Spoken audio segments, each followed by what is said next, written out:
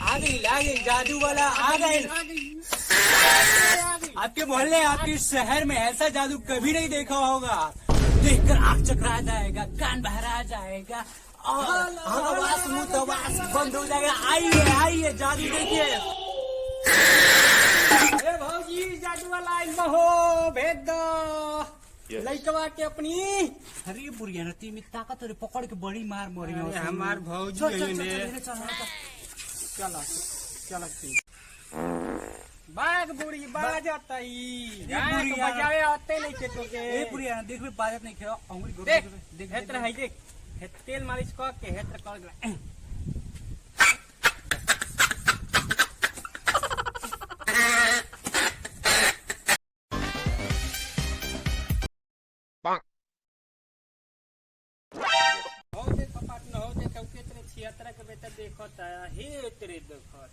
अरे छियातरा के बेटा तुरी घरे माई बनने के कारी की न देखत रे एकरी औखिया में हिता बड़ा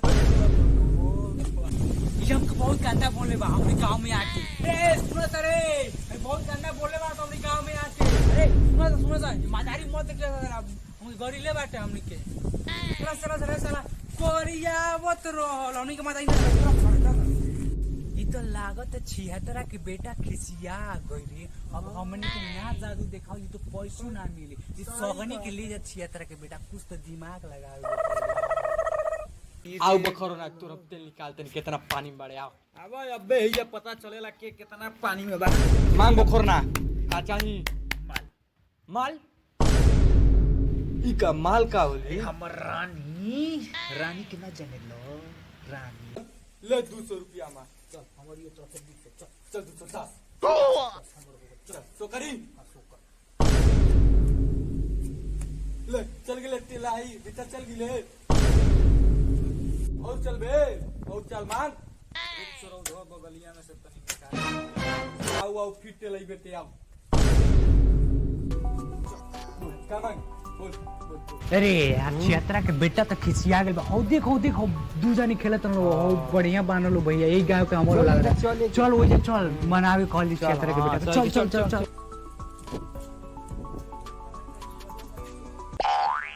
ए भैया हो देखो ना छिहत्तरा के बेटा खिसिया के जाता हमने काहे रहनी जादू देखा ना उए जाता। अरे छिहत्तरा के बेटा कौन है रे छिहत्तरा के बेटा कौन है होगा बा ऊ तो निरोधवा के बेटा ह उहे भैया खिसिया गई हम बोल देनी ताकत रहल ना टुकुर हम बोल देनी सगनी के लिए आके जाता देखा ना तनी मना देना भैया मना देना। चल भाई मना के ले चल हमनो को देख ले छोट मना देना चल छिहत्तरा के बेटा कहाँ जात रे आओ निरोधवा के बेटा ने आओ खेल मदारी देखल जे ने आओ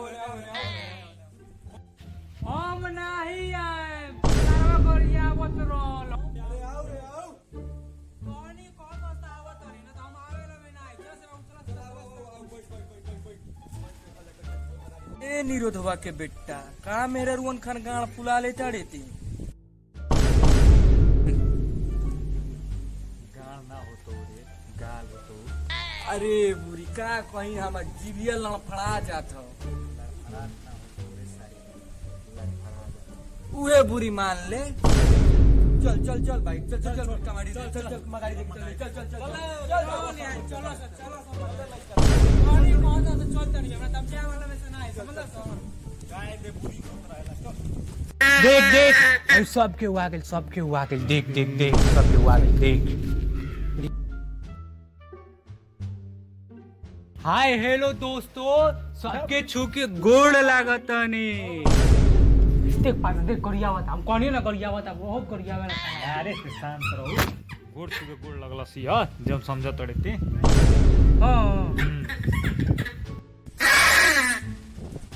चलो तो जादू दिखाते नहीं हम मर्द हवा की मेहरारो भक्ता हवा की भक्ति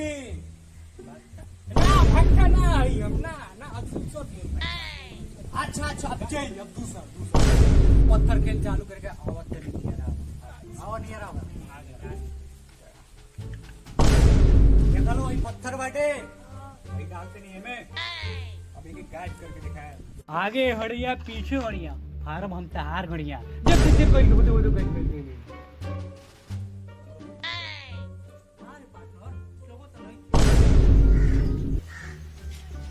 सब फोन देखो तो ले डाल पिछोड़ा में डाल पिछोड़ा ले बहुत अब देखो लो देखो पत्थर गायब हो गई जब देखो पत्थर गायब हो गए अंतर मंतर हम मारते नहीं बाबू खड़ा हो जो अपने पीछे हाथ डाल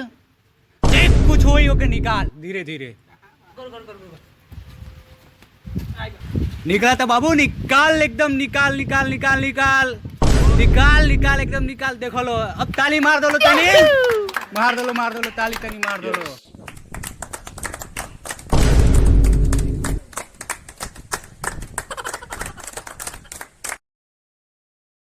हम देखनिए मदरिया ला न अपन पिछवा न पथलवा डलल छ सही कर हमनी को हुने टका की हां सही में अरे पार्टनर हमहु देखनी हो पिछवा डॉलर से पथरा केहू देख ले हां यार अच्छा साला वही ना मजा चुतिया बनावता जादू दुनावे लायक के चुतिया बनावता महाराज आइए हम आप सभी को दिखा रहे हैं नागिन को निकाल कर और नागिन डांस आइए